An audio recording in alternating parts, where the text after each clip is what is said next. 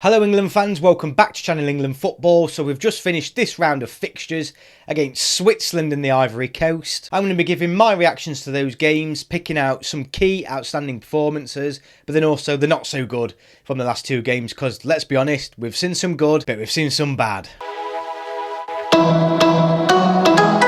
So England's first game of this international break was on Saturday evening. It was a game I went to. It was England versus Switzerland. It was a great occasion. The weather was fantastic. The day was brilliant. But the game, anyone who went would know it was a bit of a shocker. It was a bit of a dog's dinner. The first 45 minutes, England were dominated. Switzerland should have been arguably at least 3-0 up at half time. We were really, really poor. The five at the back seems to be the problem. There's loads of space in behind our back five down the width. There's loads of space in front of the defensive line as well. You had Mount and Henderson running around like headless chickens. It was a real poor performance, but you know, there was benefits. Don't know how we went in at 1-1 at half time. Luke Shaw doing what Luke Shaw does and running at the back post and smashing in goals as he's doing, but that shows a benefit to him being in the squad, a left-footed player coming on from that left-hand side. Pickford showed his worth. How on earth people ever doubt Pickford in an England shirt is beyond me, but if he ever needed to, he's shown his worth yet again. Without Pickford, it would have been 3-0 at least. He made an absolute terrific save onto the bar that just hasn't been spoken about enough, but it was a great performance from Pickford. And Conor Gallagher, terrific performance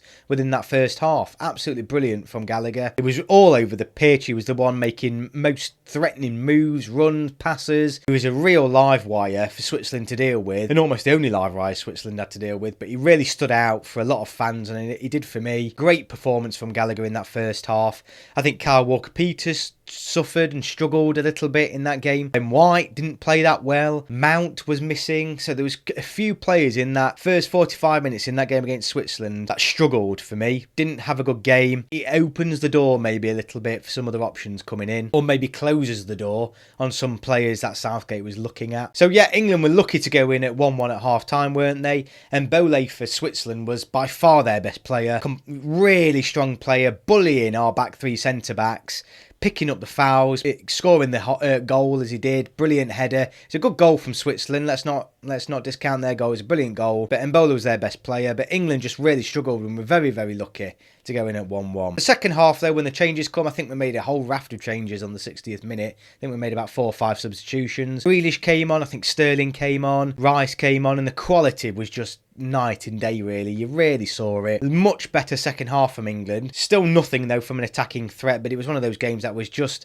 slowly plodding along. A lot of changes. Changing formation as well. We went 4 at the back. Ben White did so much better at right back. So much better, which is a shame for him because he's got no chance at playing right back in June or at the World Cup this winter. He had a much better second half. Overall, England were lucky to win 2-1 in the end. The penalty wasn't a penalty. For me, it was a ridiculous decision. His back's to the ball.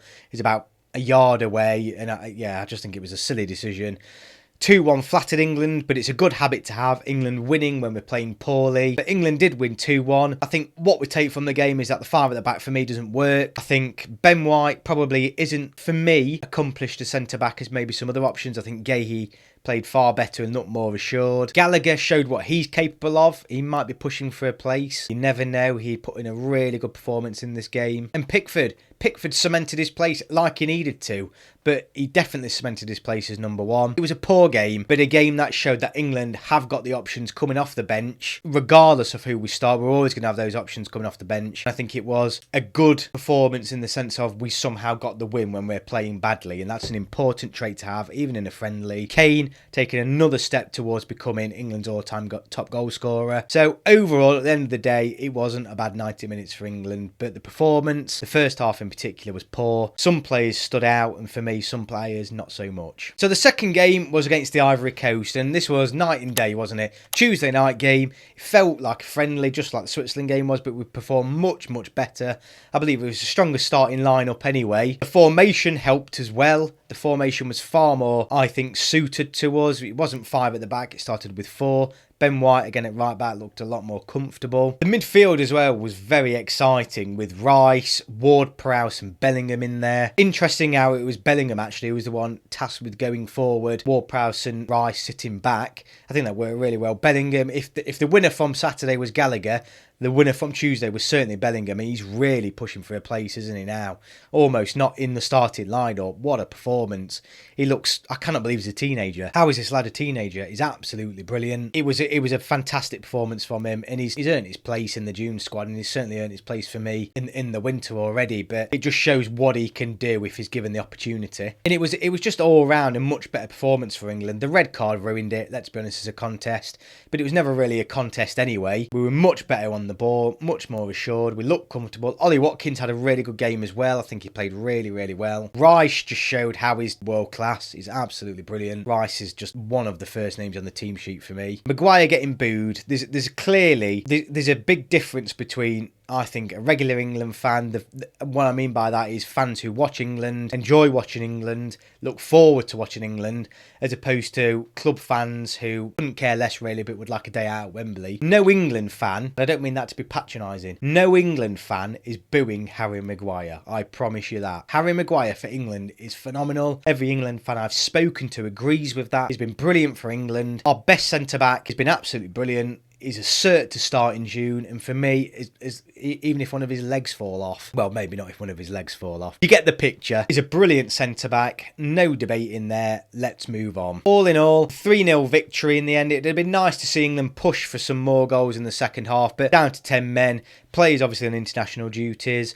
In friendly games, a lot of substitutions again around the 60-minute mark. It was always going to die off a little bit as the game went on, so it did do. We got the third goal though, good header from Mings. But it was just a brilliant performance all around. Bellingham was brilliant. Ward-Prowse was brilliant, which is great to see. Tyreek Mitchell as well had 2 good games. He came on as a substitute in the Saturday game and started the game on Tuesday, and I think he had a brilliant game. So there's some good new players coming through for England that I think are pushing for a place. There's certainly a gap at centre-back and at left-back.